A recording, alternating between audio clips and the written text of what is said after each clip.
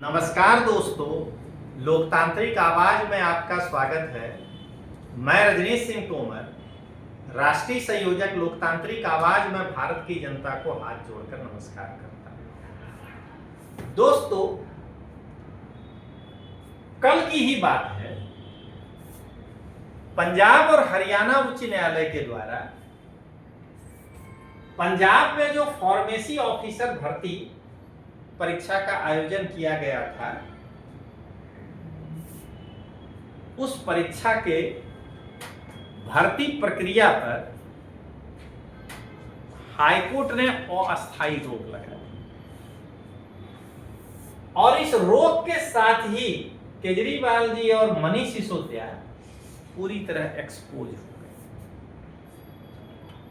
जिसे मैं यहां पंच के माध्यम से आपको बताऊंगा। जंतर मंतर पर केजरीवाल के,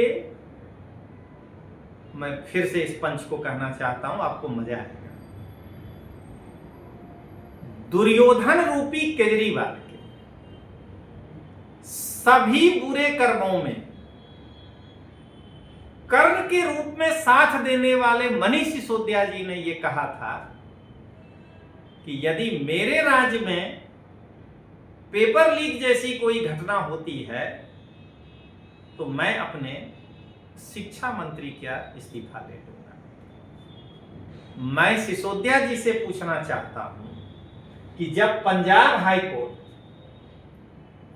इस फार्मेसी ऑफिसर भर्ती प्रक्रिया पर रोक लगा दी, इसका मतलब कि पेपर लीक हुआ या नहीं हुआ हो, लेकिन जो कैमरा लेकर के गया तो वहां सुरक्षा जांच करने वाले अधिकारियों से गलती हुई है, तो जिस अधिकारी से गलती हुई है उसको ऑन स्पॉट आप सस्पेंड करिए और वह अधिकारी जिस विभाग से संबंधित है उस मंत्री का इस्तीफा लीजिए। लेकिन ये लोग नहीं लेंगे दोस्तों। अब मैं एक दूसरा पंच करना चाहता हूं।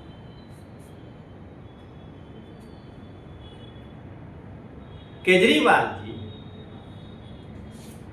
अपने बी टीम कॉकरोच जनता पार्टी को जंतर मंतर पर आंदोलन करने के लिए सभी प्रकार का समर्थन दिए और इसमें कोई बुराई नहीं है, क्योंकि वह मामला नीट पेपर लीक हुआ।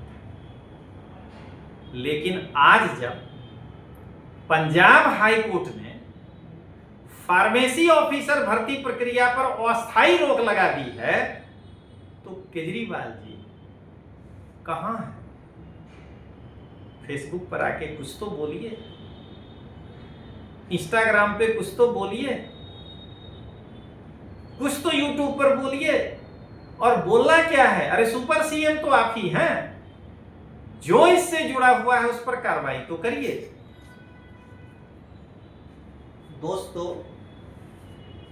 अब यहां मैं इसे तीसरे पंच के रूप में कहना चाहता हूं। केजरीवाल जी के कट्टर ईमानदार वाला वक्तव्य, छवि में वक्तव्य आज उस समय धाराशायी हो गया जब Punjab high court pharmacy officer भर्ती प्रक्रिया पर अस्थायी रोक लगा दिया और केजरीवाल जी उस पर बात करने के लिए तैयार नहीं हैं और उससे जुड़े हुए अधिकारी और मंत्रियों के ऊपर कार्रवाई करने के लिए तैयार नहीं है।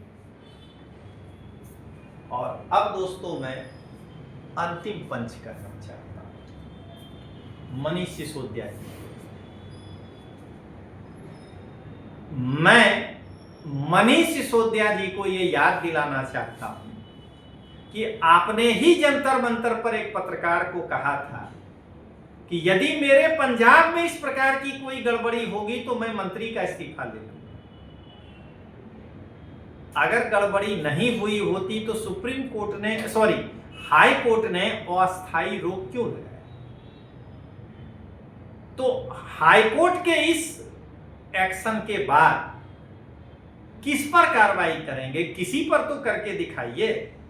उस सेंटर के प्यून पे करके दिखा दीजिए, उस सेंटर पे जो अधिकारी लोग थे सुरक्षा में उन पे करके दिखा दीजिए, या बड़ा दिल दिखाइए, उस अधिकारी जिस मंत्रालय से जुड़े हैं उसके मंत्री का इस्तीफा ले लीजिए। तो चलिए दोस्तों, मिलते हैं हम लोग फिर। यही है भारत की राजनीति, कथनी और करनी में अंतर। जय हिंद, जय भारत।